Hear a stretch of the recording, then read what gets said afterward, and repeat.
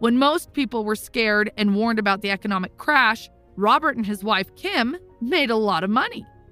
Robert gives an example of buying a house worth $75,000 for $20,000. They had to put $2,000 down as a down payment, but they didn't have it. So they asked a friend to lend them $2,000 for a $200 fee. The friend agreed, and while the purchase was being processed, Robert ran an ad advertising the same $75,000 house for only $60,000 and required no down payment from the buyers. As soon as the house was legally his, he sold it in minutes, and the $40,000 was created almost out of nothing. Total working time? 5 hours. What this simplified example illustrates is how ideas can create hundreds of thousands of dollars if you improve your financial intelligence and see what others miss. Robert says, markets go up and down and investments come and go.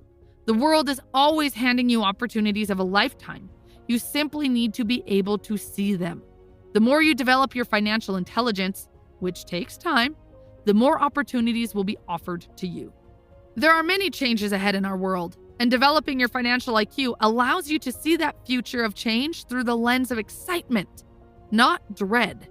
You'll see the opportunities and act on them, as opposed to those who allow their fear to keep them on the sideline, watching others move boldly forward.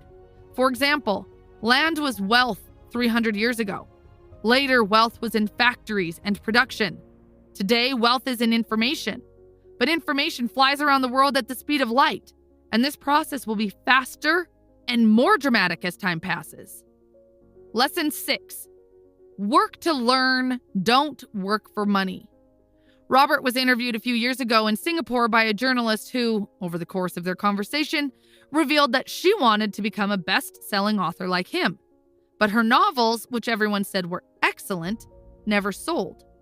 Robert suggested that she take a course in sales training.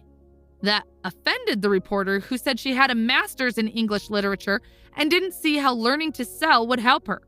In fact, she hated salespeople. When Robert pointed out that he was a best-selling author, not a best-writing author, she replied that she would never step so low and learn to sell, and left the interview.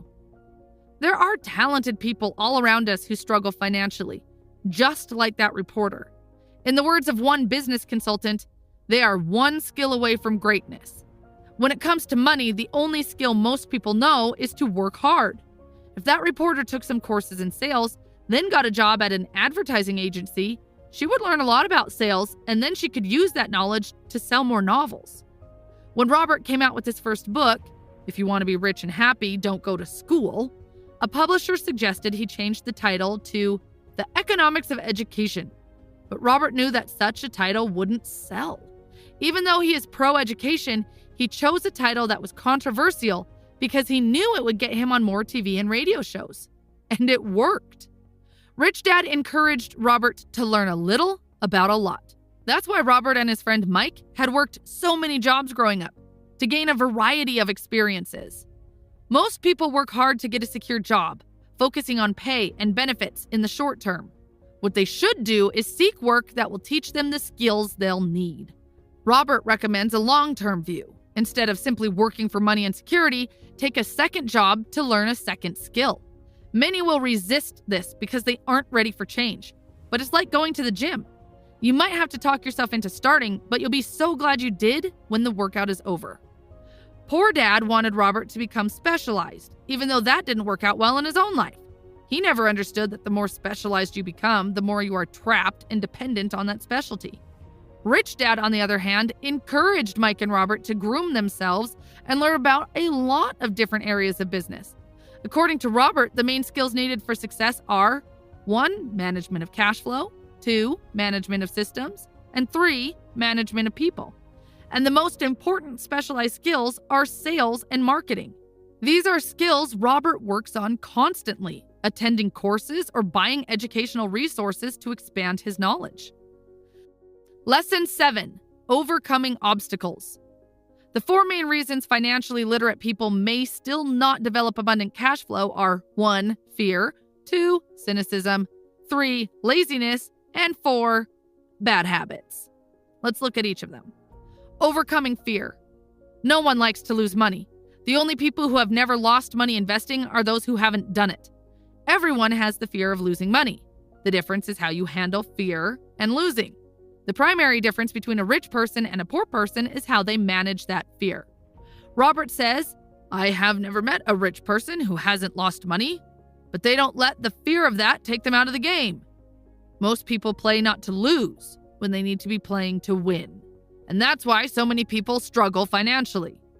They might have a safe, sensible, and balanced portfolio, but it's not a winning portfolio.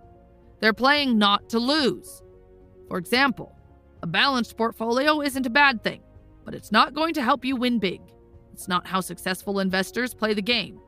You must be a little unbalanced in the beginning and put your eggs in a few baskets and focus on them." Overcoming cynicism. Whether it's our own self-doubt or the doubts of other people in our lives, often we allow that doubt to keep us from acting. We play it safe and opportunities pass us by. Robert shares the example of a friend who was about to buy an investment property for a great price but backed out at the last minute when a neighbor, who wasn't an investor, told him it was a bad deal. Had he stayed in it, he would have doubled his investment and started to get out of the rat race. Doubts and cynicism keep most people poor.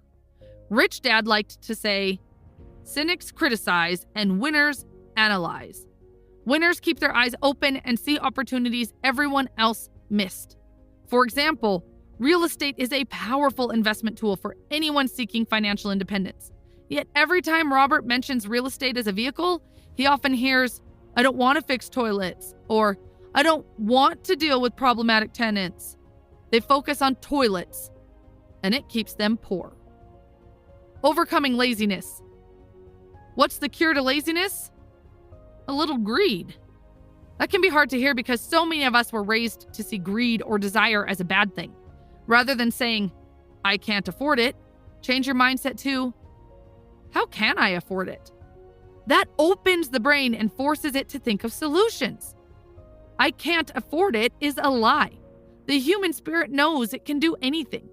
By saying you can't do something, you're creating a conflict between your spirit and your lazy mind. "How can I afford it?" creates a stronger mind and a dynamic spirit. Without that little greed, the desire to have something better wouldn't be possible. Our world progresses because we all desire a better life. New inventions are made because we desire something better. We go to school and study hard because we want something better. Too much greed is bad, but a little can motivate you. Overcoming bad habits. To be successful, you must develop successful habits. Poor Dad always paid everyone else first and himself last, but he rarely had any left over. This was his habit. On the contrary, Rich Dad always paid himself first, even if he was short of money. He knew that creditors and the government would complain if he didn't pay them. This motivated Rich Dad to seek other forms of income to pay them. If he paid himself last, he wouldn't feel that kind of productive pressure.